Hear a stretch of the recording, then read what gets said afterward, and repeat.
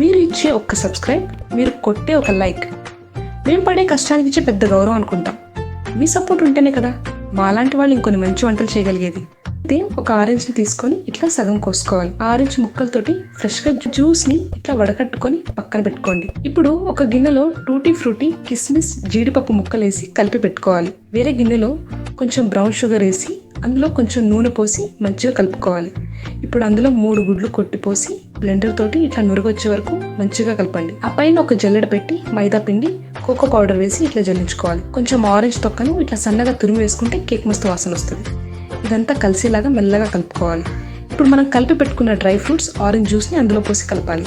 అట్లాగే జీడిపప్పు, బాదం ముక్కలను కూడా వేసి ఒకసారి కలుపుకోండి. కేక్ గిన్నెకు వెన్న పూసి ఈ కేక్ మిశ్రమాన్ని అందులో పోసి పైన మరికొన్ని డ్రై ఫ్రూట్స్తో అలంకరించుకోవాలి. ఇప్పుడు దీన్ని ఓవెన్లో పెట్టి మంచిగా బేక్ చేసుకోవాలి.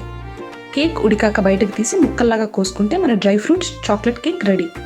చాలా మెత్తగా టేస్టీగా ఉంది. ఇంట్లో అందరికీ మస్తు నచ్చేస్తుంది. ఇట్లాంటి మంచి మంచి వంటల కోసం మన ఛానల్ని లైక్ కొట్టండి, సబ్స్క్రైబ్ చేసుకోండి, ఫాలో అవ్వండి.